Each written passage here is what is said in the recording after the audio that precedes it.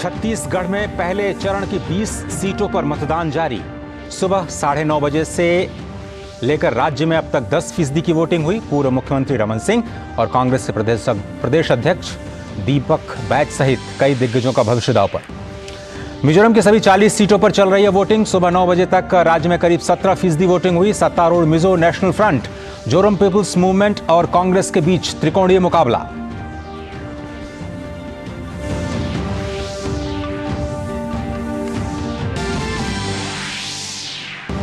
प्रधानमंत्री नरेंद्र मोदी आज 3 राज्यों में करेंगे चुनावी सभाएं। छत्तीसगढ़ के विश्रामपुर और मध्य प्रदेश के सीधी और तेलंगाना के हैदराबाद में करेंगे जनसभाएं। राजस्थान में अमित शाह पार्टी के लिए करेंगे प्रचार। अन्य दलों का भी धुआंधार प्रचार जारी।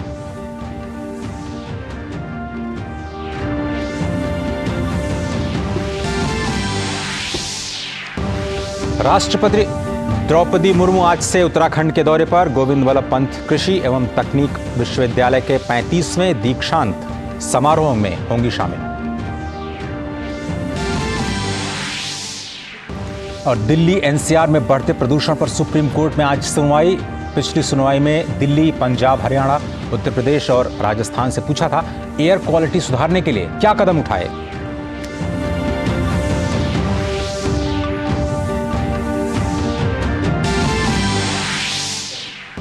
और क्रिकेट विश्व कप में आज मुंबई में अफगानिस्तान का ऑस्ट्रेलिया से होगा मुकाबला।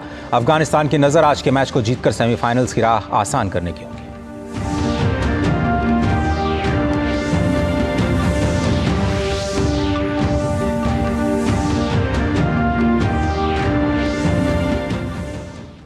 समाचारों में आपका स्वागत है। दिन के 11 बज चुके हैं। मैं हूं अजय मिश्र और अब देखते हैं खबरों को विस्तार से। छत्तीसगढ़ विधानसभा चुनाव के पहले चरण के लिए मतदान जारी है। पहले चरण में 11 जिलों की 20 सीटों पर वोटिंग हो रही है। इस चरण में 40,78,000 से ज्यादा मतदाता कुल 223 उम्मीदवारों के भाग्य का फैसला कर रहे हैं। इनमें 25 महिला प्रत्याशी हैं और 198 पुरुष उम्मीदवार मैदान में हैं। मोहला मानपुर, अंतागढ़, भानुप्रतापपुर, कांकेर, केशकाल, कोंडागांव, नारायणपुर, दंतेवाड़ा, बीजापुर और कोंटा यानी 10 सीटों पर मतदान सुबह 7 बजे से शुरू हो गया है, जो दोपहर 3 बजे तक चलेगा। वहीं बाकी बची हुई जो 10 सीटें हैं, जिनमें खैरागढ़, डोंगरगढ़, राजनांदगांव, डोंगरगांव, खुज्जी, पंडरिया, कवर्धा, बस्तर, जगदलपुर और चित्रकोट, यहां पर वोटिंग सुबह 8 बजे शुरू हुई और शाम 5 बजे तक चलेगी। आपको बताएं कि पहले चरण की 20 विधानसभा सीटों में 7 सीटें सामान्य, 1 सीट अनुसूचित जाति और 12 सीटें अनुसूचित जनजाति के लिए आरक्षित हैं। इन सभी विधानसभा सीटों पर कई बड़े नेताओं की किस्मत दांव पर लगी है। निर्वाचन आयोग ने शांतिपूर्ण मतदान सुनिश्चित करने के लिए सुरक्षा के व्यापक प्रबंध किए हैं। सुबह 9:30 बजे तक जिलेवार वोटिंग की स्थिति की बात करें तो बस्तर में 4.89%, बीजापुर में 4.5%, दंतेवाड़ा में 10.18%, कबीरधाम में 12.51%, खैरागढ़ में 6%, कोंडागांव में 13.39%, मोहला मानपुर में 9%, नारायणपुर में 11%, राजनांदगांव में 8.34%, सुकमा में 4.21%, कांकेर में सबसे ज़्यादा 16.48% की वोटिंग देखी गई है। सुकमा में सबसे कम मतदान हुआ है। मतदान का प्रतिशत 4.21% रहा है। बस्तर के जगदलपुर में भारी संख्या में मतदाता केंद्रों पर पहुंच रहे हैं। बीजेपी उम्मीदवार किरण देव ने भी अपने मताधिकार का प्रयोग किया।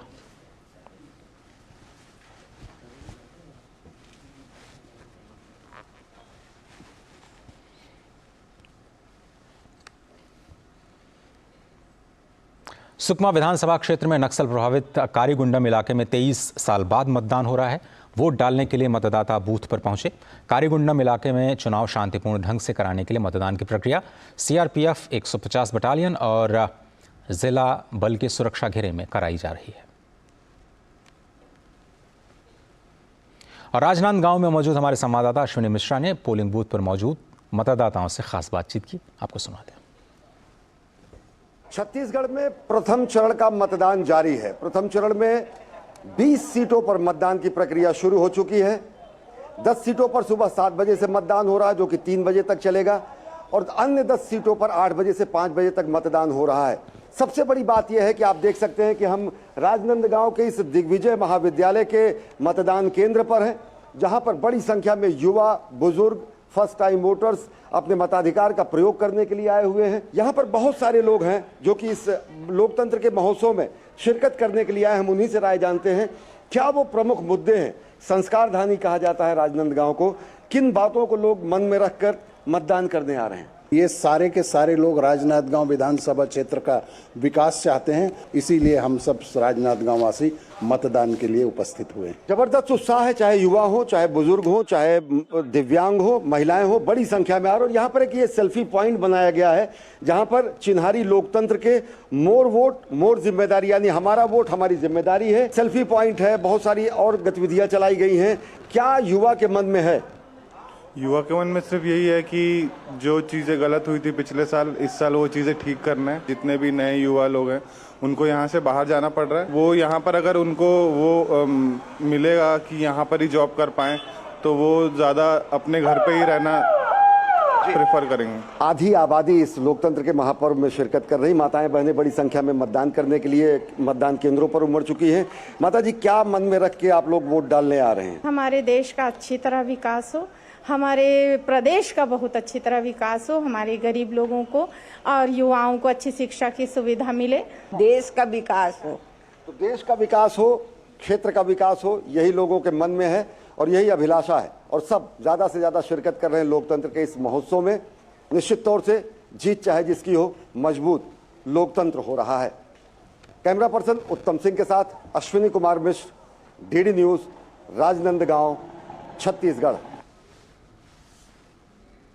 और छत्तीसगढ़ विधानसभा चुनाव पर प्रधानमंत्री नरेंद्र मोदी ने अपने एक्स संदेश में कहा, छत्तीसगढ़ में आज लोकतंत्र के पावन उत्सव का दिन है। विधानसभा चुनाव के पहले चरण के सभी मतदाताओं से मेरा अनुरोध है कि वे अपना वोट जरूर डालें और इस उत्सव के भागीदार बनें। इस अवसर पर पहली बार वोट डालने वाले राज्य के सभी युवा साथियों को मेरी विशेष बधाई। मिजोरम विधानसभा चुनाव के लिए सभी 40 सीटों पर भी मतदान इस वक्त चल रहा है। मिजोरम में 8.52 लाख से ज्यादा मतदाता कुल 174 उम्मीदवारों के भाग्य का फैसला करेंगे। मिजोरम में इस बार चुनावी मैदान में 174 उम्मीदवारों में से 18 महिलाएं उम्मीदवार हैं, जबकि 156 पुरुष उम्मीदवार अपनी किस्मत आजमा रहे हैं।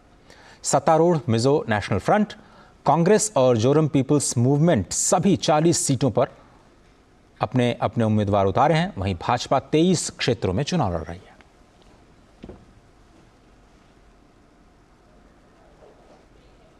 दिलचस्प तस्वीरें आ रही हैं मिजोरम से और वहां पर विधानसभा चुनाव के लिए मतदान जारी है।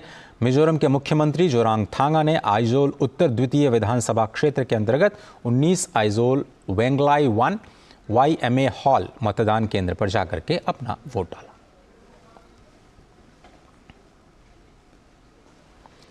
और छत्तीसगढ़ के दूसरे चरण के लिए सभी स्टार प्रचारक धुआंधार प्रचार कर रहे हैं। प्रधानमंत्री नरेंद्र मोदी आज 3 राज्यों में चुनावी सभाएं करेंगे। पूर्व निर्धारित कार्यक्रम के मुताबिक सबसे पहले प्रधानमंत्री को छत्तीसगढ़ के विश्रामपुर में सुबह 11 बजे जनसभा को संबोधित करना था। बता दें कि छत्तीसगढ़ में दूसरे चरण के लिए 17 नवंबर को 70 सीटों पर वोटिंग की जाएगी और 3 दिसंबर को मतगणना होगी। बाद में प्रधानमंत्री मध्य प्रदेश के सीधी में एक जनसभा को संबोधित करेंगे। आपको बताएं कि मध्य प्रदेश में एक ही चरण में होने वाले सभी 230 विधानसभा सीटों पर 17 नवंबर को मतदान होगा।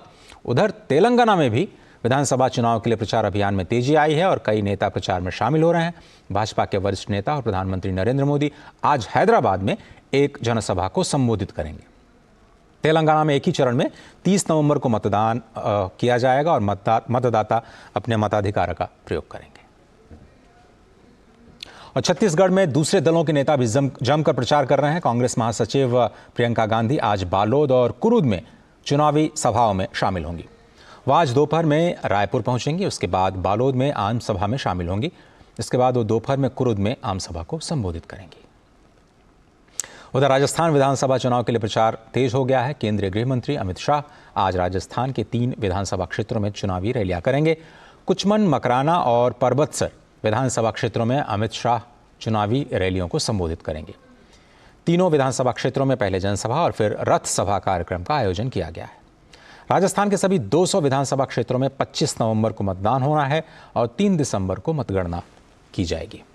और सूचना और प्रसारण मंत्री अनुराग ठाकुर मध्य प्रदेश के दौरे पर हैं। उन्होंने कहा है कि भारतीय जनता पार्टी की सरकार ने मध्य प्रदेश को बीमारू राज्य से बाहर निकाला और आज प्रदेश का चौमुखी विकास हो रहा है।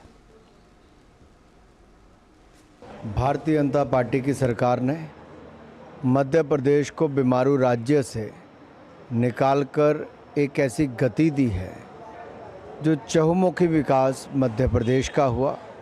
सड़कों के निर्माण से लेकर सिंचाई योजनाओं के लगाने तक, कृषि में नंबर 1 बनाने से लेकर अब निवेश में भी एक अग्रणी राज्य बनाते हुए संपन्नता की और समृद्धि की ओर मध्य प्रदेश को ले जाना भारतीय जनता पार्टी की एक बहुत बड़ी उपलब्धि है।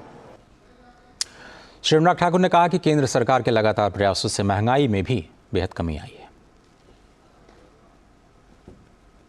सरकार ने लगातार प्रयास किए। जब सीजनल दिक्कत आती है, फॉर एग्जांपल बीच में थोड़ी देर के लिए टमाटर की शॉर्टेज दाम बढ़े, तो सरकार ने इंटरवीन करके वहाँ स्टेबलाइजेशन फंड का उपयोग किया।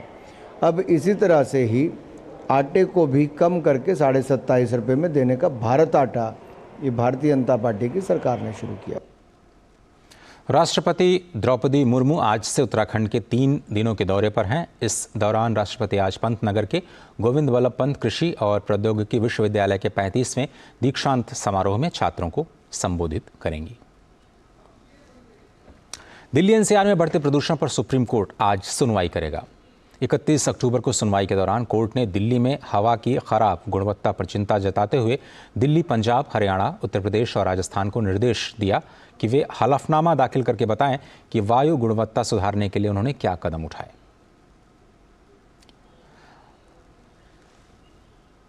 राजधानी में बढ़ते वायु प्रदूषण के कारण लोग काफ़ी परेशान हैं। केंद्रीय प्रदूषण नियंत्रण बोर्ड के अनुसार दिल्ली में वायु गुणवत्ता सूचकांक गंभीर श्रेणी में बना हुआ है। मौजूदा हालात को ध्यान में रखते हुए कई कदम उठाए जा रहे हैं। 13 से 20 नवंबर तक ऑड इवन लागू किया जा रहा। वहीं एहतियात के तौर पर 10 नवंबर तक स्कूल्स को बंद रखने का आदेश भी जारी किया गया है।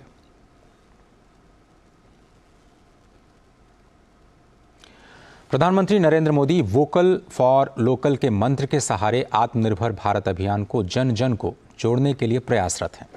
छोटे और स्थानीय कारीगरों, व्यवसायियों और विभिन्न योजनाओं से आर्थिक और तकनीकी सहयोग तो सरकार पहुंचा ही रही है, लेकिन प्रधानमंत्री आम जन में, आम लोगों में स्थानीय कारीगरों और उत्पादों के प्रति भावनाओं को एक आंदोलन का रूप देना चाहते हैं। उन्होंने अपने एक्स हैंडल से एक वीडियो पोस्ट किया। वीडियो के माध्यम से उन्होंने संदेश दिया कि वो खुद भी इंटरनेट मीडिया पर उन उत्पादों की ब्रांडिंग करेंगे और सभी से अपील की कि आप वोकल फॉर लोकल को प्रमोट कीजिए, सेल्फी अपलोड कीजिए।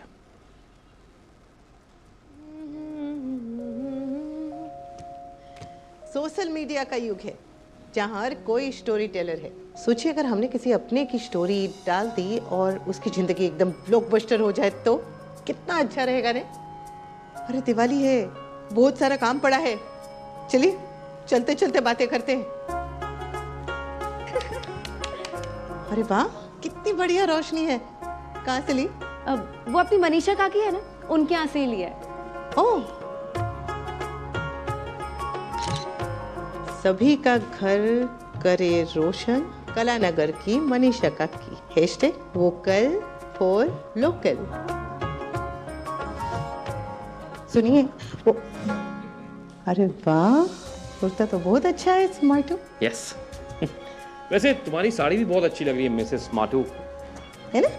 राज की बात बताऊं, हम दोनों को स्मार्ट पता है कौन बनाता है? कौन? अपने श्याम ब्रदर्स। अच्छा, yes. Selfie? Oh of course, smile. सबको स्मार्ट बनाए। #अपने Shyam brothers. #Vocal for local. समझ के आत्मनिर्भर बनिए, मेरे फोन की तरह। अपने देश में मैन्युफैक्चर हुआ है ये फोन। #आत्मनिर्भर भारत। वैसे ये जूते बहुत अच्छे हैं। सारी दुनिया को अपने कदमों पे लाए आगरा में बने ये shoes. Hashtag make in India, hashtag vocal for local. ये देखो, यूपीआई से पेमेंट किया है, जिसका गुणगान पूरी दुनिया कर रही है। Hashtag digital India. बिल्कुल, कोई शक? चलो। आप भी हमारी तरह दिवाली को और रोशन बनाइए, वोकल फॉर लोकल अपनाइए। साथियों, हमारे त्योहारों में हमारी प्राथमिकता हो वोकल फॉर लोकल, और हम मिलकर उस सपने को पूरा करें। हमारा सपना है आत्मनिर्भर भारत। ऐसे प्रोडक्ट को खरीदते समय यूपीआई डिजिटल पेमेंट सिस्टम से पेमेंट करने के आग्रही बने, और उस प्रोडक्ट के साथ या उस कारीगर के साथ सेल्फी नमो ऐप पर मेरे साथ शेयर करें, और वो भी मेड इन इंडिया स्मार्टफोन से। मैं उनमें से कुछ पोस्ट को सोशल मीडिया पर शेयर करूंगा, ताकि दूसरे लोगों को भी वोकल फॉर लोकल की प्रेरणा मिले। तो मेड इन इंडिया फ़ोन से आपको सेल्फी लेनी है, साथ ही साथ जो पेमेंट करना है यूपीआई का इस्तेमाल करना है, और वोकल फॉर लोकल यानी लोकल उत्पादों को बढ़ावा देना है। छोटा सा ब्रेक लेते हैं, कहीं मत जाइए, खबरों का सिलसिला लगातार जारी है। अब क्या देख रहे हो पापा? तुम कहते हो ना कि स्टॉक मार्केट में बहुत सोच समझकर इन्वेस्ट करना चाहिए, बस थोड़ा सा ज्ञान ले रहा हूँ। किससे? हर एक स्टॉक्स एक्सपर्ट है, मस्त एजुकेशनल वीडियोस बनाता है और अच्छी इन्वेस्टमेंट की टिप्स भी देता है। पापा, इन वीडियोस पे ना जाएं, अपना रिसर्च खुद करें या सेबी रजिस्टर्ड इन्वेस्टमेंट एडवाइजर से संपर्क करें। एजुकेशन के नाम पर कुछ इन्फ्लुएंसर्स अक्सर इन्वेस्टर को मिसगाइड करते हैं, नुकसान आपका होगा।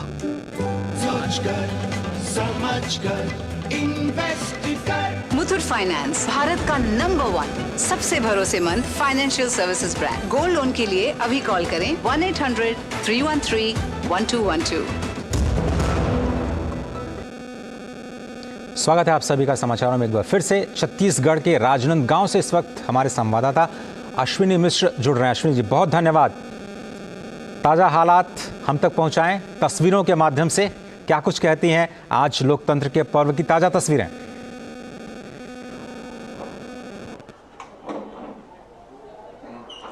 जी अजय, अगर देखें तो तस्वीरें साफ बयां करती हैं। हम खुद दिखाएंगे यहाँ पर कितनी बड़ी तादाद में महिलाएं राजनांदगांव के इस बूथ पर पहुंची हैं। ये दिग्विजय महाविद्यालय है, बड़ा ऐतिहासिक महाविद्यालय है। गजानन माधव मुक्तिबोध यहाँ पर शिक्षक के तौर पर थे।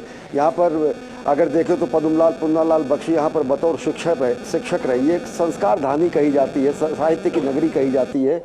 यहाँ पर साहित्य त्रिवेणी वही बहुत सारे लोग यहाँ पर रहे। और ये आज दिख रहा है कि साहित्य के साथ साथ राजनीति में भी कितनी अभिरुचि है यहाँ के लोगों की। बड़ी तादाद में सुबह 8 बजे से बड़ी संख्या में मतदाता, चाहे वो बुजुर्ग हो, चाहे महिलाएं हो, चाहे युवा मतदाता हो, चाहे पहली बार मतदान करने वाले युवा हो, चाहे दिव्यांग हो, वो खींचे चले आ रहे हैं। यहाँ पर 6 बूथ हैं। 6 बूथ की कमोबेश स्थिति यही है कि सब पर बड़ी भीड़ उमड़ी हुई है, महिलाओं की भी और साथ ही साथ युवाओं की भी। अगर इन क्षेत्रों की बात करें तो बस्तर संभाग के 12 सीटें और 8 सीटें दुर्ग संभाग की, जहां पर मतदान चल रहा है। अब तक के जो जारी आंकड़े हैं वो आंकड़े इसलिए बेहद दिलचस्प हैं कि सबसे ज़्यादा 17.44% मतदान 9 बजे तक के आंकड़े हैं। आधिकारिक आंकड़े 11 बजे तक के अब से थोड़ी देर में आ जाएंगे। अंतागढ़ 17.44%, भानु प्रतापपुर 16.9%, 15.09%, कांकेर, केशकाल 12.8%, दंतेवाड़ा 10.18%। ये 9 बजे तक के आंकड़े। निश्चित तौर से इनमें 5% तक की वृद्धि अब तक हो चुकी होगी। यानी कि जहां पर चुनौतियां थी वहां पर सबसे ज़्यादा बैलेट का जवाब दिया है, मतदाताओं ने बैलेट से जवाब दिया है और वहां पर बड़ी संख्या में मतदाता निकले हैं। बहुत सारे ऐसे निर्वाचन क्षेत्र हैं जहां पर राज्य के गठन के बाद पहली बार मतदान हो रहा है, वहां भी बड़ी संख्या में मतदाता पहुंच रहे हैं, मताधिकार का प्रयोग कर रहे हैं।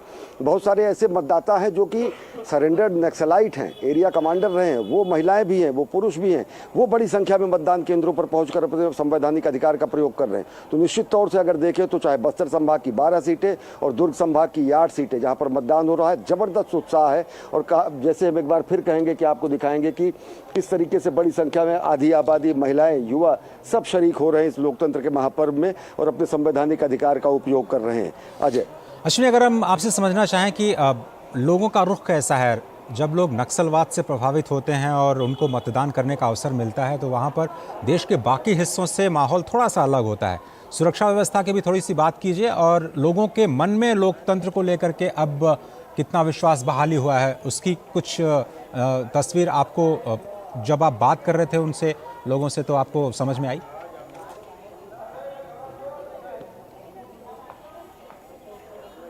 जी अजय, अगर देखें तो हम तकरीबन 15 दिनों से अलग अलग प्रदेश के क्षेत्रों में डीडी न्यूज़ का विशेष चुनावी रथ लेकर भी गए। दंतेवाड़ा हम गए, बीजापुर हम गए, कोंडागांव, केशकाल, इन सब क्षेत्रों में हम गए। दंतेवाड़ा की हम बात करते हैं। दंतेवाड़ा में अगर देखें तो एशिया का सबसे शानदार हेमेटाइट ओर जिसको कहते हैं, जो आयरन ओर होता है, बैलाडीला में पाया जाता है। बैलाडीला का पूरा क्षेत्र जो है लौह अयस्क से भरा हुआ है, बॉक्साइट यहाँ पे भरा हुआ है। लेकिन अफसोस ये है कि बैलाडीला की खानों से अगर सबसे ज़्यादा आयरन ओर निकलता है तो वहाँ से सबसे ज़्यादा लाल पानी भी निकलता है। ग्रामीण क्षेत्र अभी भी मूलभूत सुविधाओं से वंचित है। सबसे ज़्यादा स्थिति पेयजल की है, ख़राब स्थिति पेयजल की है, क्योंकि यहाँ पर केंद्र की बहुत सारी योजनाएं जो हैं उनको अमली जामा नहीं पहनाया जा सका। अभी के जो आंकड़े हैं वो ये बताते हैं कि चुनौतियां भले ही नक्सल प्रभावित क्षेत्रों में मतदान की हो, लेकिन मतदान का जवाब घरों से लोगों ने ज़्यादा से ज़्यादा संख्या में निकलकर अपने मताधिकार के प्रयोग करके दिया है। ज़मीनी हकीकत ये है कि महिलाओं की आबादी, आधी आबादी को भले ही राजनीतिक दल अपना प्रत्याशी बनाने में कोर कसर छोड़ते हो, लेकिन 25 महिला प्रत्याशी है 230 प्रत्याशियों में जो पहले चरण में हैं, लेकिन महिलाएं बड़ी संख्या में घर के कामकाज छोड़कर या फिर उसको जल्दी से निपटाकर मतदान केंद्रों तक पहुंच रही हैं। युवा बड़ी संख्या में पहुंच रहे हैं। चुनौतियों की अगर बात करें, सुरक्षा व्यवस्था की अगर बात करें तो 600 सीटें ऐसी हैं, माफ़ करिएगा 600 बूथ ऐसे हैं जहां पर त्रिस्तरीय सुरक्षा व्यवस्था की गई है। केंद्रीय रिजर्व पुलिस के साथ साथ पैरामिलिट्री फोर्सेस के साथ साथ कमांडोज लगे हुए हैं, बस्तर कमांडोज वहाँ पर लगे हुए हैं, कोबरा बटालियन वहाँ पे लगी हुई है। वेबकास्टिंग कराई जा रही है। 5431 जो बूथ है उनमें से 2400 से ज़्यादा बूथों की सीधी वेबकास्टिंग की जा रही है, जो कि केंद्रीय निर्वाचन आयोग के अधिकारी बैठकर दिल्ली में भी जिसका निरीक्षण कर सकेंगे। तो चाक चौबंद व्यवस्था है। बहुत संख्या में ऑब्जर्वर नियुक्त किए गए हैं। बहुत संख्या में जो है चुनाव के दौरान जो है स्थितियों को सुरक्षित करने के लिए 196 सीटों पर मतदान कर्मियों को, सुरक्षा कर्मियों को हेलीकॉप्टर के जरिए भेजा गया है। तो अभूतपूर्व सुरक्षा व्यवस्था की गई है और अभूतपूर्व उत्साह भी दिख रहा है। अजय, बहुत धन्यवाद अश्विनी, इन तमाम अपडेट्स को हम तक पहुंचाने के लिए। आप भी अपना ख्याल रखिए और मतदान पर निगाह बनाए रखिए। और अब रुख करेंगे छत्तीसगढ़ के विश्रामपुर का, जहां प्रधानमंत्री नरेंद्र मोदी जनसभा को संबोधित कर रहे हैं। आदिवासियों का कोई वजूद ही नहीं था, उन्हें उनके नसीब पे छोड़ दिया था। कांग्रेस ने कभी आपकी चिंता नहीं की, आपके बच्चों के बारे में नहीं सोचा, जबकि भाजपा ने हमेशा आदिवासी कल्याण को सर्वोच्च प्राथमिकता दी है। क्या कभी आपने भी सोचा था कि आदिवासी परिवार से निकली, गांव जंगलों में पैदा हुई, गरीब घर में पैदा हुई एक आदिवासी बेटी देश की राष्ट्रपति बनेगी? आपको गर्व हो रहा है कि नहीं हो रहा है? हर किसी को गर्व हो रहा है कि नहीं हो रहा है? कांग्रेस ने उन्हें रोकने की, उनके अपमान की इतनी कोशिश की आप कल्पना नहीं कर सकते हैं। लेकिन आदिवासी समाज की बहनों को ये सम्मान भाजपा ने ही दिया है। साथियों, जब केंद्र में कांग्रेस की सरकार थी तो उसे लगता था कि आदिवासियों के लिए पैसे खर्च करना मतलब गड्ढे में पैसे डालना, बर्बाद करना, यही उनकी सोच थी। लेकिन भाजपा ने जब भी आदिवासी हितों की बात आई, सरकार का खजाना खोल दिया, तिजोरी खोल दी। दोस्तों, भाजपा ने आदिवासी समाज के लिए केंद्र सरकार का बजट, ये याद रखना भाइयों, याद रखोगे? ऐसे नहीं हाथ ऊपर करके बताइए, याद रखोगे? पक्का रखोगे? आपने मुझे जो काम करने का मौका दिया ना, इस सेवा काल है मेरे लिए, तो सत्ता काल नहीं है। मैं सत्ता में विश्वास नहीं करता, मैं तो सेवा करने के लिए ही पैदा हुआ हूं और आपने मुझे सेवा का ही काम दिया है। आदिवासी समाज के लिए केंद्र सरकार का बजट 5 गुना बढ़ा दिया, 5 गुना। आप खुश हैं? आप खुश हैं? आपको संतोष हुआ? ये मोदी का काम है। आपके बच्चों की पढ़ाई अच्छी हो, इसलिए आदिवासी क्षेत्रों में 500 नए एकलव्य मॉडल स्कूल बनाए जा रहे हैं।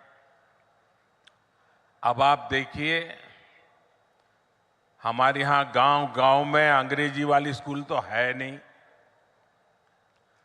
गरीब का बच्चा अंग्रेजी स्कूल में जा नहीं सकता, और ये कांग्रेस के लोगों ने ऐसे नियम बनाए थे कि गरीब का बच्चा अगर अपने गांव की भाषा में पढ़ा है, अपने आदिवासी की भाषा में पढ़ा है, अपने राज्य की भाषा में पढ़ा है, तो वो बच्चा कभी डॉक्टर नहीं बन सकता था, इंजीनियर नहीं बन सकता था।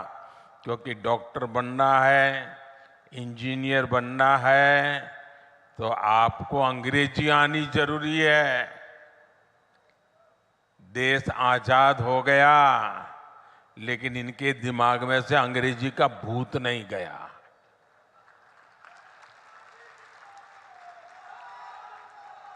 मुझे बताइए भाई, आप किसी डॉक्टर के पास जाते हो, आपके पेट में दर्द हो रहा है, सर पे दर्द हो रहा है, सीने में दर्द हो रहा है, पाँव में दर्द हो रहा है, तो क्या डॉक्टर आपको अंग्रेजी में पूछता है क्या?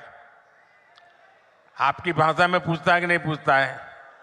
आप अपनी भाषा में बताते हैं तो वो समझता है कि नहीं समझता है? तो फिर डॉक्टर बनने के लिए अंग्रेजी जरूरी है क्या? इंजीनियर बनने के लिए अंग्रेजी जरूरी है क्या? ये मोदी है जिसको आपकी तकलीफ का पता है, और इसलिए मैंने तय किया अब गरीब माँ का बच्चा भी डॉक्टर बनेगा, इंजीनियर बनेगा। जिस भाषा में वो पढ़ता है उसी भाषा में डॉक्टर बनेगा, उसी भाषा में इंजीनियर बनेगा। पिछले 9 वर्षों में भाजपा सरकार आदिवासी परिवारों को लाखों नए पट्टे दे चुकी है। 9 साल पहले तक जहां 23,000 सामुदायिक पट्टे दिए गए थे, सामुदायिक पट्टे, वहीं हमने 80,000 से अधिक नए सामुदायिक पट्टे दिए हैं। और इसीलिए हर छत्तीसगढ़ी एक ही बात कहता है, भाजपा आवत है, भाजपा, भाजपा। इसलिए सरगुजा ने भी हुंकार भरी है, अब की बार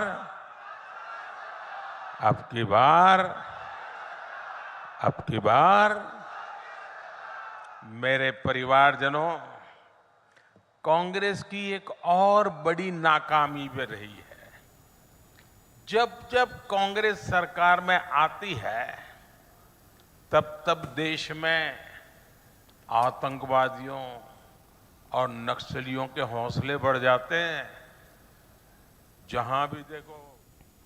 और अब दूसरी खबरों का रुख करते हैं समाचारों में। और उत्तर प्रदेश के अयोध्या नगरी भगवान राम की नगरी के रूप में पूरी दुनिया में जानी जाती है। भगवान श्री राम के भव्य मंदिर का निर्माण कार्य, उस पर देश और दुनिया की निगाहें लगी हुई हैं। आपको बताएं कि 22 जनवरी 2024 को प्रधानमंत्री नरेंद्र मोदी नए मंदिर प्रांगण में रामलला की प्राण प्रतिष्ठा कार्यक्रम में शिरकत करेंगे, जिसको देखते हुए पूरी अयोध्या नगरी को सजाया जा रहा है, उसको तैयार किया जा रहा है। शुभ कार्य की तैयारियों के नतीजे ये हुए हैं कि वहाँ की व्यापार और कारोबार में काफ़ी बढ़ोतरी हुई है, लोगों को रोजगार के नए अवसर मिले हैं। आइए आपको दिखाते हैं ये स्पेशल रिपोर्ट।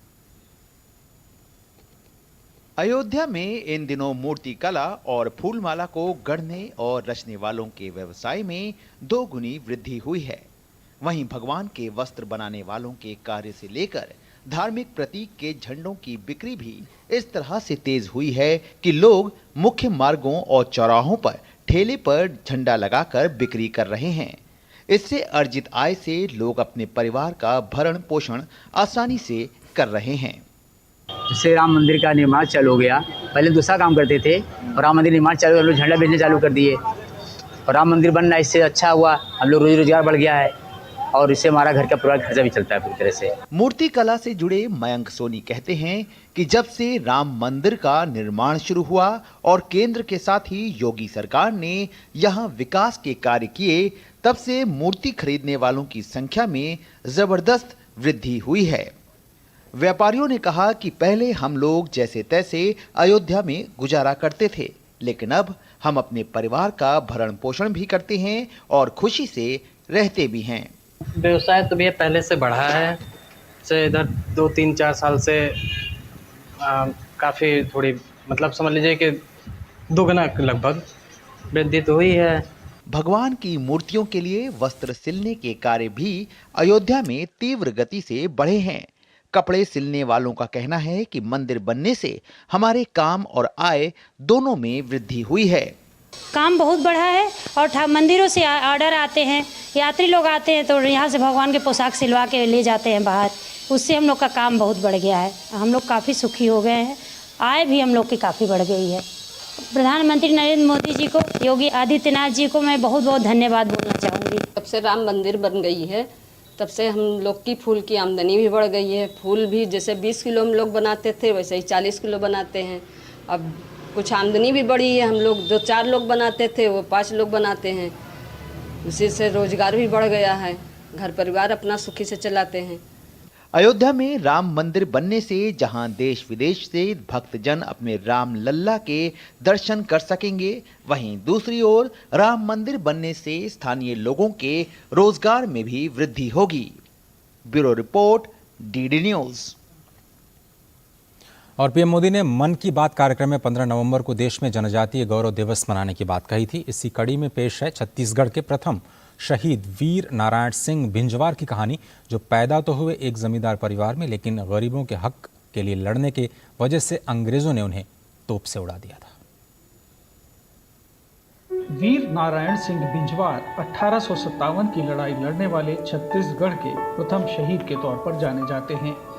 वीर नारायण सिंह का जन्म छत्तीसगढ़ के सोनाखान में 1795 में एक जमींदार परिवार में हुआ था।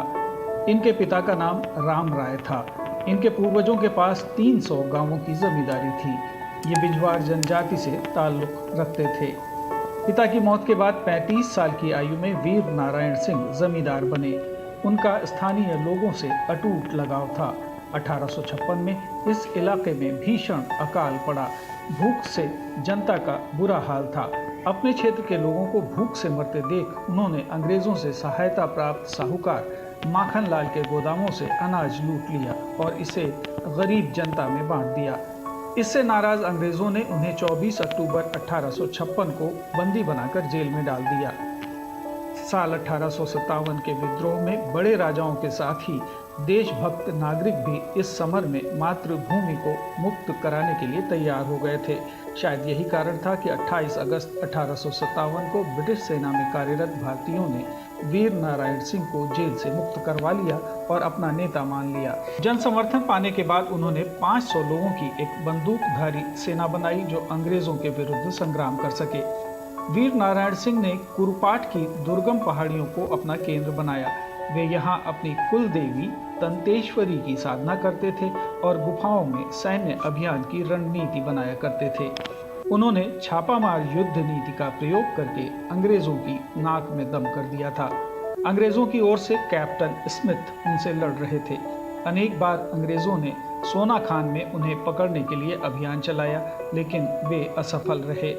जब अंग्रेजों के प्रयासों का कुछ भी परिणाम नहीं निकला तो उन्होंने वीर नारायण सिंह की दुखती रग पर आघात किया और वो थी उनकी प्रिय जनता।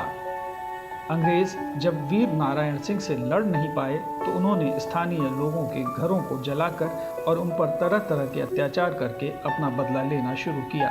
अंग्रेजों द्वारा हुए अत्याचारों से जो तबाही हुई उससे आहत होकर वीर नारायण सिंह ने अंग्रेजों के सामने आत्मसमर्पण कर दिया। उनके आत्मसमर्पण का मूल उद्देश्य ये था कि गरीब जनता को नुकसान नहीं पहुंचे। ये युद्ध उनके और अंग्रेजों के बीच है तो इसका भुगतान उनके समर्थक गरीब लोग क्यों करें।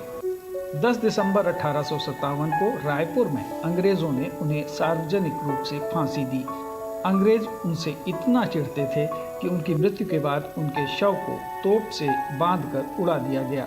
जिस जगह पर वीर नारायण सिंह को फांसी दी गई थी उस स्थान को वर्तमान में जय स्तंभ चौक के नाम से जाना जाता है। वीर नारायण सिंह को सम्मान देने के लिए साल 1987 में इनकी 130वीं बरसी पर भारत सरकार ने 60 पैसे का डाक टिकट भी जारी किया। आदिवासियों के उत्थान के लिए छत्तीसगढ़ सरकार हर साल शहीद वीर नारायण सिंह सम्मान भी देती है। रायपुर में देश के दूसरे सबसे बड़े स्टेडियम का नाम भी शहीद वीर नारायण सिंह स्टेडियम रखा गया है।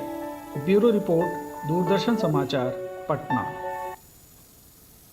हमारे देश में ऐसे बहुत से सामान्य नागरिक हैं जो अपने दृढ़ विश्वास और कार्यों से समाज को रोशन कर रहे हैं, जिन्हें पद्म पुरस्कारों के माध्यम से देश एक नई पहचान दे रहा है। आज हम आपको बताएंगे जलीय कृषि, जलीय सूक्ष्म जीव विज्ञान के प्रसिद्ध वैज्ञानिक डॉक्टर सुब्बणन अय्यप्पन के बारे में, जिन्होंने जलीय कृषि, जलीय सूक्ष्म जीव विज्ञान में कई शानदार शोध किए।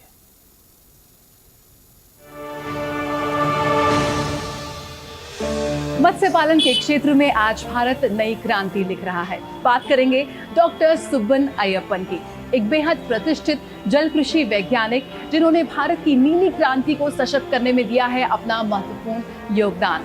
मत्स्य पालन, लिमनोलॉजी और जलीय सूक्ष्म जीव विज्ञान पर इनके शोध पत्र प्रकाशित हुए हैं। डॉक्टर सुब्बन अय्यप्पन, जिन्हें विज्ञान और इंजीनियरिंग में अपने उल्लेखनीय योगदान के लिए दिया गया पद्म पुरस्कार। भारत में विज्ञान और प्रौद्योगिकी को कृषि से जोड़कर इसे नई ऊंचाइयों पर पहुंचाने वाले देश के जाने माने वैज्ञानिक डॉक्टर सुब्बणन अय्यप्पन ने विशेषकर भारत की जलीय कृषि को शक्ति प्रदान कर किसानों के जीवन में बड़ा बदलाव लाने में महत्वपूर्ण भूमिका निभाई है। डॉक्टर अय्यप्पन ने जलीय कृषि और जलीय सूक्ष्म जीव विज्ञान में कई ऐसे शानदार शोध किए जिनकी बदौलत देश में मत्स्य उत्पादन ने तेजी से प्रगति की है। मेरे जीवन में कई मोड़ आए। मैंने अपने जीवन में अच्छे और बुरे दोनों समय को देखा है और अपने छोटे छोटे प्रयासों से उन पर काबू पाया है। मैं कई युवा छात्रों से बात करता हूं और उनको बताता हूं कि कैसे कठिनाइयों पर काबू पाया जा सकता है। ठीक इसी प्रकार प्रत्येक शोध में जीवन की तरह ही चुनौतियां होती हैं। आज हमें अच्छे विज्ञान, अच्छे कौशल की आवश्यकता है। आज हमें जिस चीज की आवश्यकता है वह है शोध कार्य के लिए गहरी रुचि, नया ज्ञान प्राप्त करने की जिज्ञासा और दृढ़ता।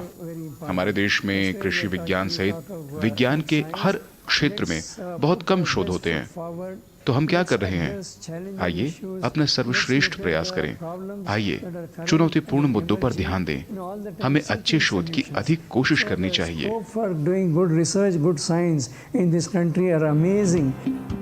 डॉक्टर अय्यप्पन ने अपने जीवन के 20 से अधिक वर्षों तक कृषि अनुसंधान प्रबंधक के रूप में नए नए प्रयोग और प्रयासों से किसानों को कम लागत में अधिक मुनाफा दिलाने का काम किया।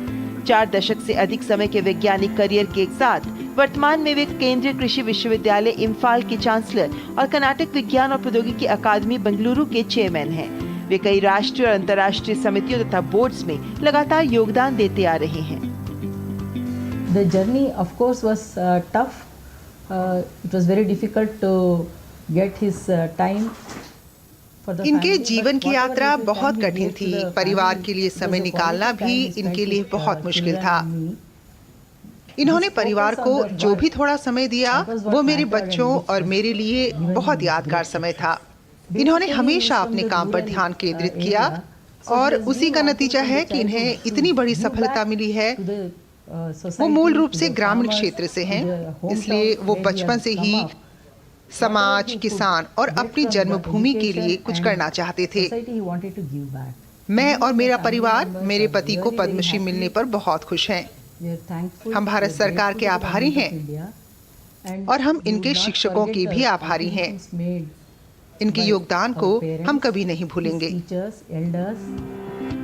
डॉक्टर अयप्पन को देश के कई प्रसिद्ध विश्वविद्यालयों से मानद डॉक्टरेट डिग्रियां और विज्ञान अकादमियों तथा सोसाइटियों द्वारा फेलोशिप प्रदान की गई है।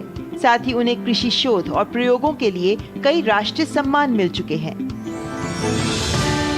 डॉक्टर सुब्बनन अयप्पन को विज्ञान और इंजीनियरिंग में उनके योगदान के लिए पद्मश्री से सम्मानित किए जाने पर अनंत शुभकामनाएं। कुछ कहानियां ऐसी प्रेरणादायक होती हैं और अब कुछ कारोबार जगत की खबरों का रुख कर लेते हैं। केंद्र सरकार द्वारा आर्थिक सुधार को लेकर के बनाई गई नीतियों का ही असर है कि आज देश की अर्थव्यवस्था तेज गति के साथ आगे बढ़ रही है। ब्रोकरेज फर्म मॉर्गन स्टैनली ने अपनी एक रिपोर्ट में कहा है कि 2027 तक भारत की जीडीपी 5 लाख करोड़ डॉलर तक पहुंच सकती है और इस तरह से भारत दुनिया की तीसरी सबसे बड़ी अर्थव्यवस्था बन जाएगा। रिपोर्ट में वित्त वर्ष 2024 में विकास दर 6.4%, 2025 में 6.5% की दर से बढ़ने की उम्मीद जताई गई है। मॉर्गन स्टैनली ने उम्मीद जताई है कि देश की अर्थव्यवस्था 2024 से 28 के बीच में औसतन 6.6% की दर से बढ़ेगी।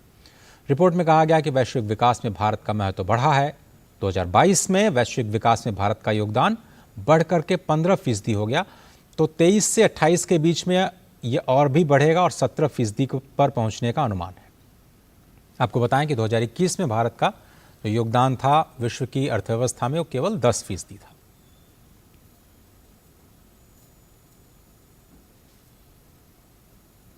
एक और रेटिंग एजेंसी की रिपोर्ट का रुख करते हैं। अमेरिकी रेटिंग एजेंसी फिच रेटिंग ने 2019 से 2027 के बीच में जो भारत की औसत विकास दर है उसके अनुमान को बढ़ा दिया है।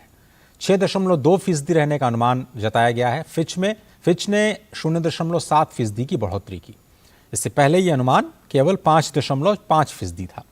फिच के मुताबिक भारत की आर्थिक वृद्धि दर टॉप 10 अर्थव्यवस्थाओं में सबसे ज्यादा रहने वाली है। ग्लोबल एजेंसी फिच के मुताबिक हालिया महीनों में भारत में रोजगार दर में सुधार हुआ है, साथ ही रोजगार के अवसरों में बढ़ोतरी हुई है, कार्यबल की संख्या में बढ़ोतरी हुई है और उत्पादकता यानी प्रोडक्टिविटी भी बढ़ी है और इसी वजह से इस अनुमान में बढ़ोतरी देखने को मिली। फिच के मुताबिक 2023-24 के लिए भारत की विकास दर 6.3% रहेगी। वहीं रिपोर्ट में 10 उभरते देशों के विकास के अनुमान को पहले के 4.3% से घटाया गया है और अब 4% कर दिया गया है। फिच ने चीन की अर्थव्यवस्था में गिरावट को इसका जिम्मेदार बताया है। रिपोर्ट में चीन के मिड टर्म ग्रोथ अनुमान को 5.3% से घटा करके अब 4.6% कर दिया गया है। सप्ताह के दूसरे कारोबार दिन आज भारतीय शेयर बाजार की शुरुआत गिरावट के साथ हुई। सेंसेक्स 170 अंकों के से ज़्यादा की गिरावट के साथ और निफ्टी करीब 50 अंक की गिरावट के साथ खुला। फिलहाल बात करें तो सेंसेक्स 100 अंकों से ज़्यादा की गिरावट और निफ्टी 10 अंक के ज़्यादा की गिरावट के साथ कारोबार कर रहा है। कल हरे निशान के साथ सेंसेक्स और निफ्टी बंद हुए थे। और अब नजर डालते हैं व्यापार जगत की कुछ और अहम खबरों पर।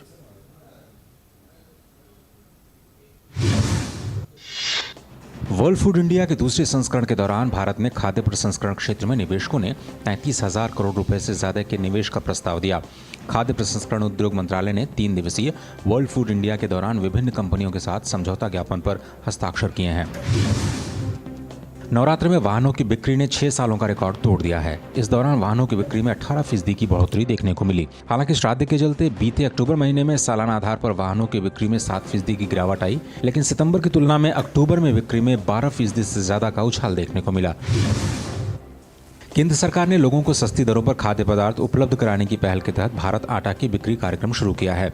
इस कार्यक्रम के तहत लोगों को 27.5 रुपए प्रति किलो की दर से आटा उपलब्ध कराया जाएगा। इसकी बिक्री के लिए भारतीय खाद्य निगम सेंट्रल पूल से 2.5 लाख टन गेहूं अलॉट कर रहा है। केंद्रीय भंडारण निगम देश भर में अपने गोदामों का मुद्रीकरण और आधुनिकीकरण करने की योजना बना रहा है। CWC को इस महत्वाकांक्षी कार्यक्रम के जरिए 1500 करोड़ रुपए से ज्यादा का निवेश आकर्षित करने की उम्मीद है। फार्मा कंपनी एक्सेंट माइक्रोसेल ने IPO के जरिए पैसा जुटाने के लिए NSE इमर्ज के साथ मसौदा पत्र दाखिल किया। अहमदाबाद कंपनी ने बताया इस पेशकश में प्रत्येक शेयर के लिए 10 रुपए अंकित मूल्य के साथ 56 लाख इक्विटी शेयर्स जारी किए जाएंगे। Transmission company Adani energy solutions ने दूसरी तिमाही के लिए शुद्ध लाभ में 33% की वृद्धि दर्ज की है। इस दौरान कंपनी ने करीब 275 करोड़ रुपए का शुद्ध लाभ किया। ट्रांसमिशन और वितरण व्यवसाय दोनों में राजस्व में हुई बढ़ोतरी के चलते ये वृद्धि दर्ज की गई। Power trading platform Indian energy exchange ने अपनी बिजली की मात्रा में 21% की वृद्धि दर्ज की है। ये पिछले साल की समान अवधि की तुलना में अक्टूबर में 9,260 मिलियन यूनिट पर पहुंच गई। मिनी रत्न बिजली company national hydro electric power corporation ने वित्त वर्ष 2023-24 की सितंबर तिमाही में 1,693 करोड़ रुपए का शुद्ध समेकित लाभ दर्ज किया।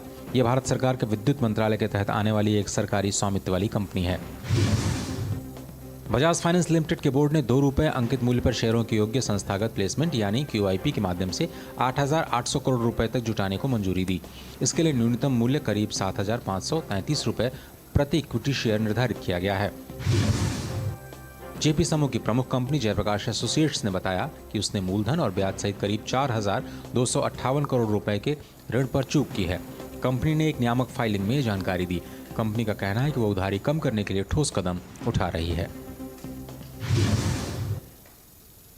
और क्रिकेट विश्व कप में आज ऑस्ट्रेलिया और अफगानिस्तान की टीमें आमने सामने होंगी। इस टूर्नामेंट में ऑस्ट्रेलिया का सफर ठीक रहा है। अंक तालिका में तीसरे पायदान पर काबिज ऑस्ट्रेलिया ने इस टूर्नामेंट में अब तक 7 मुकाबले खेले हैं, जिसमें से उसे 5 मैचेस में जीत हासिल हुई है। वहीं अफगानिस्तान की टूर्नामेंट में अंक तालिका में 6ठा स्थान है। अफगानिस्तान के न्यूजीलैंड और पाकिस्तान के बराबर यानी 8 अंक हैं, लेकिन पाकिस्तान और न्यूजीलैंड की तुलना में अफगानिस्तान का नेट रन रेट कम है। अफगानिस्तान के पास अभी 2 मैच बचे हैं, जिन्हें जीतकर वो ICC क्रिकेट विश्व कप के सेमीफाइनल्स के लिए क्वालिफाई कर सकता है। अफगानिस्तान की नज़र आज के मैच को जीत करके सेमीफाइनल्स की अपनी राह आसान करने की होगी। क्रिकेट विश्व कप में बांग्लादेश ने श्रीलंका को 3 विकेट से हरा दिया। इस हार के साथ ही श्रीलंकाई टीम सेमीफाइनल की रेस से आधिकारिक तौर पर बाहर हो गई है। दिल्ली के अरुण जेटली स्टेडियम में खेले गए इस मुकाबले में श्रीलंका ने पहले बल्लेबाजी करते हुए 49.3 ओवर में सभी विकेट खोल करके 279 रन बनाए। बांग्लादेश ने 7 विकेट खो करके 282 रन बना करके 3 विकेट से मैच अपने नाम कर लिया। बांग्लादेश के लिए नजमुल हसन शांतो ने 90 रनों की पारी खेली। कप्तान शाकिन में 82 रन जोड़े। श्रीलंका के लिए दिलशान मधुशंका ने 3 विकेट झटके। महेश तीक्ष्णा और एंजेलो मैथ्यूज ने 2-2 विकेट हासिल किए। श्रीलंका और बांग्लादेश के बीच मैच में एक विवाद भी देखने को मिला। इस मैच में श्रीलंकाई प्लेयर एंजेलो मैथ्यूज को टाइम आउट करार दिया। ऐसा क्रिकेट इतिहास में पहली बार हुआ है।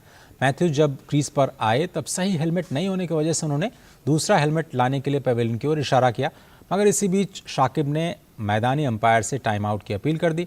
तब दोनों मैदानी अंपायर ने आपस में बातचीत करके मैथ्यूज को टाइम आउट करार दिया। पंजाब ने सैयद मुश्ताक अली ट्रॉफी पर अपना कब्जा जमा लिया है। मोहाली के Punjab cricket association IS Bindra stadium में खेले गए मुकाबले में पंजाब ने बड़ौदा को 20 रन से हराने में सफलता हासिल की। ये पहली बार है जब पंजाब ने इस ट्रॉफी को अपने नाम करने में सफलता हासिल की। पंजाब के लिए अनमोलप्रीत सिंह ने 113 और निहाल बढेरा ने नाबाद 61 रनों की शानदार पारी खेली। शानदार पारी के लिए Anmolpreet Singh man of the match से नवाजे गए। भारतीय महिला हॉकी टीम को 13 से 19 जनवरी तक रांची में होने वाले FIH हॉकी ओलंपिक क्वालिफायर में मैदान पर वो उतरेंगी और ओलंपिक क्वालिफायर में दुनिया की 5वें नंबर की टीम जर्मनी के साथ उनका मुकाबला है जिससे उन्हें कड़ी चुनौती का सामना करना होगा। इस टूर्नामेंट में हिस्सा लेने वाली टीम्स में New Zealand, Japan, Chile, America, Italy और चेक गणराज्य की टीमें शामिल हैं। टॉटनहैम हॉटस्पर का प्रीमियर लीग में चल रहा लगातार जीत का सिलसिला थम गया है।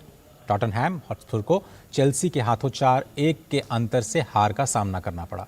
सोमवार देर रात खेले गए मुकाबले में पहला गोल टॉटनहैम की तरफ से हुआ। इसके बाद चेल्सी के लिए पहला गोल 35वें मिनट में पाल्मर ने किया। फिर चेल्सी के लिए निकोलस जैक्सन ने 3 गोल दागकर टीम को 4-1 से जीत दिला दी। इस मैच में अनुशासनहीनता को लेकर के टॉटनहैम हॉटस्पर के रोमेरो और ओडोजी को रेड कार्ड भी दिया गया। दीपावली के त्यौहार में अब कुछ ही दिन बचे हैं। तमिलनाडु में इसके लिए तैयारियां जोरों पर दिख रही हैं। लोग मिठाइयां और पटाखों की खरीदारी के लिए बड़ी संख्या में सड़कों पर नजर आ रहे हैं। खासतौर पर पटाखों की लोकप्रियता देखते हुए चेन्नई आइलैंड ग्राउंड में कई दुकानें लगाई गई हैं, जहां लोग काफी उत्साह से पटाखों की खरीदारी कर रहे हैं। उधर दिवाली के अवसर पर जम्मू कश्मीर के उधमपुर जिले की महिलाएं प्रधानमंत्री मोदी के वोकल फॉर लोकल को बढ़ावा देते हुए गाय के गोबर से बने बायोडिग्रेडेबल दिए बना रही हैं। ये दिए गाय के खाद से बने हैं जो बायोडिग्रेडेबल हैं और पर्यावरण के लिए काफी उपयोगी भी हैं। और भौतिक शास्त्र के क्षेत्र में एक प्रतिष्ठित वैज्ञानिक का नाम हर भारतीय को गौरवान्वित करता रहा है। ये चमकता सितारा है चंद्रशेखर वेंकट रमन। 7 नवंबर 1888 को तमिलनाडु के तिरुचिरापल्ली में जन्मे सीवी रमन की एक प्रतिभाशाली युवा से नोबेल पुरस्कार प्राप्त करने तक की यात्रा बहुत ही असाधारण है। आइए देखते हैं ये खास रिपोर्ट। सीवी रमन का नाम अभूतपूर्व भौतिकी का पर्याय है, जिसने हमारे आसपास की दुनिया को देखने के तरीके को हमेशा के लिए बदल दिया। सीवी रमन का जन्म 7 नवंबर 1888 को तमिलनाडु के तिरुचिरापल्ली में हुआ। आपका पूरा नाम चंद्रशेखर वेंकट रमन था, जिन्हें हम सीवी रमन के नाम से जानते हैं। सीवी रमन के पिता भौतिकी के शिक्षक थे। बहुत छोटी उम्र से ही उनकी शिक्षा असाधारण रही थी। उन्होंने मात्र 16 साल की उम्र में प्रतिष्ठित मद्रास विश्वविद्यालय से बीए की डिग्री हासिल कर ली थी। 18 साल की उम्र में ब्रिटिश जर्नल में उनका पहला वैज्ञानिक शोध पत्र प्रकाशित हुआ। वर्ष 1917 में वे कलकत्ता विश्वविद्यालय में भौतिकी के प्रोफेसर के तौर पर नियुक्त हुए। सबसे बड़ी उपलब्धि उन्हें 1930 में मिली, जब प्रोफेसर सीवी रमन को प्रकाश के प्रकीर्णन और रमन प्रभाव की खोज के लिए भौतिकी के क्षेत्र में प्रतिष्ठित नोबेल पुरस्कार से सम्मानित किया गया। 1933 में वे भारतीय विज्ञान संस्थान के पहले निदेशक बने। उसी वर्ष उन्होंने भारतीय विज्ञान अकादमी की स्थापना की और 1948 में उन्होंने बेंगलुरु में रमन रिसर्च इंस्टीट्यूट की स्थापना की। उन्हें 1954 में भारत रत्न से भी सम्मानित किया गया। सर सीवी रमन ने रमन प्रभाव के जरिए दुनिया को पहली बार बताया कि लाइट यानी प्रकाश हमेशा सीधी लाइन में नहीं चलता। जब प्रकाश की किरण किसी भी पारदर्शी माध्यम, पानी, कांच या किसी भी ठोस द्रव्य या गैस से होकर गुजरती है, तब उनके स्वभाव में परिवर्तन आ जाता है। प्रोफेसर रमन ने बताया कि प्रकाश की किरण जब माध्यम से टकराती है तो माध्यम में मौजूद कण प्रकाश की किरणों के संगठन को तोड़ देते हैं, ठीक वैसे ही जैसे कैरम बोर्ड में स्ट्राइकर गोटियों को बिखेर देता है। प्रोफेसर सीवी रमन की विरासत आज भी जीवित है, क्योंकि उनका अग्रणी कार्य आज भी विज्ञान और प्रौद्योगिकी के विद्यार्थियों को प्रेरित कर रहा है। डीडी न्यूज के लिए तपस भट्टाचार्य की रिपोर्ट। फिलहाल समाचारों में सिर्फ इतना ही। दीजिए इजाजत। नमस्कार।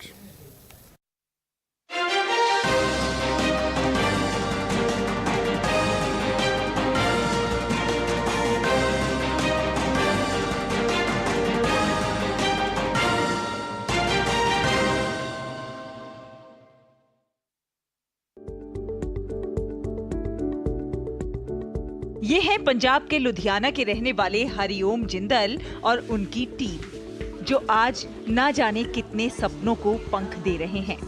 वो जानते हैं कि शिक्षा के जरिए ही पंखों को परवाज मिल सकती है और इसीलिए उन्होंने झुग्गी बस्ती में रहने वाले सैकड़ों बच्चों के हाथों से कूड़ा छीनकर उन्हें किताबें थमाई हैं। झुग्गी बस्ती के रहने वाले ये बच्चे आज फर्राटेदार अंग्रेजी बोलते हैं। ये बच्चे अपने अधिकारों के प्रति जागरूक भी हैं। पेशे से वकील हरिओम जिंदल लुधियाना में जरूरतमंद बच्चों के लिए ऐसे 3 स्कूल चलाते हैं ताकि कोई भी पैसे के अभाव में शिक्षा से वंचित ना रह जाए। Deferred democracy means there is before election. In the election, there is before vote whoever gets the maximum votes gets if elected. The one who gets elected makes defer government and gets defer tax money for providing our for rights. Ballot box क्या होता है? Ballot box एक डब्बा है जिसमें हम ballot paper डालते हैं। बैलेट पेपर पे क्या होता है? वोट। अच्छा, कॉन्स्टिट्यूशन बताओ, what is constitution? Constitution is a document which informs about our rights and duties and how our country India is to be administered.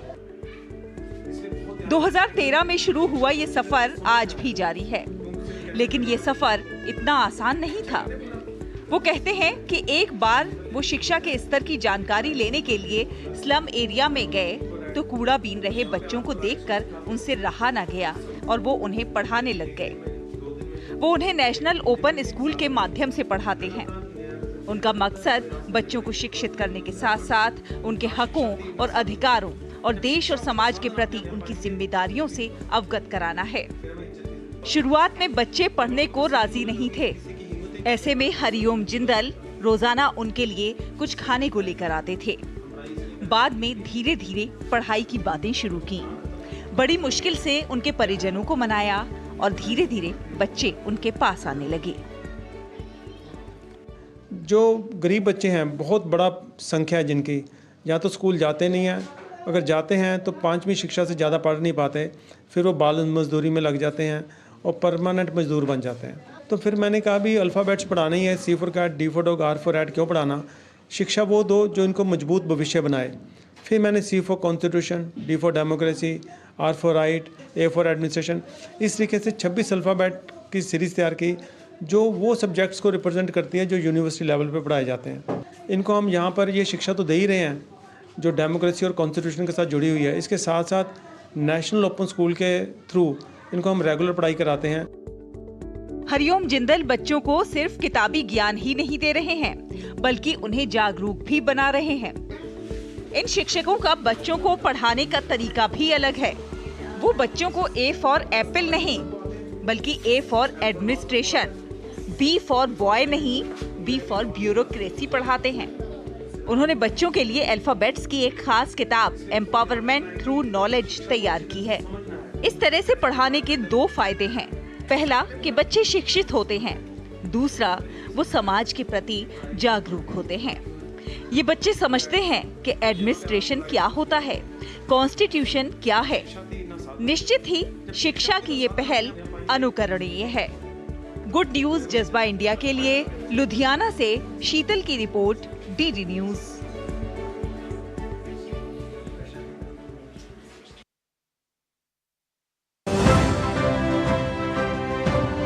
वे लोग जो अपने छोटे छोटे प्रयासों से ला रहे हैं बड़े बड़े बदलाव।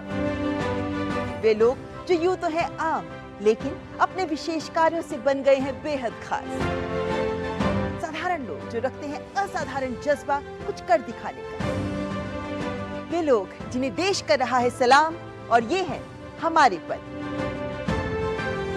दर्शकों के असीम स्नेह के बाद हम हाजिर हैं लेकर हमारे पद्म का सीजन 2, रविवार रात 9:30 बजे सिर्फ DD न्यूज पर।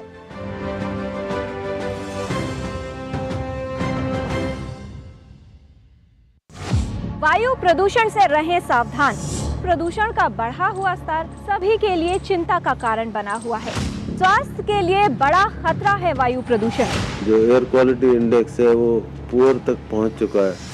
लोगों को गला खराब होना, खांसी होना, रात को सो नहीं पाना, सांस में तकलीफ होना, ये बहुत देखा जा रहा है और ये बिना बुखार के हो रहा है। आपको बीमारी है लंग की या हार्ट की तो आप N95 मास्क पहन सकते हैं और भीड़ भाड़ के इलाके में ना जाएं। क्या है खतरे के संकेत? अगर आपको छाती से सांय सांय की सीटी की बहुत जोर से आवाज आ रही है, अगर आप लेट नहीं पा रहे हैं, अगर आपको रात को उठ के बैठना पड़ रहा है और आपके ऑक्सीमीटर में ऑक्सीजन 90% से कम जा रही है, इमरजेंसी में जाएं, अपने डॉक्टर को दिखाएं। वायु प्रदूषण से सावधानी है जरूरी। वायु प्रदूषण है, इसे हमें समझना है कि हमारे शरीर को असर कर रहा है।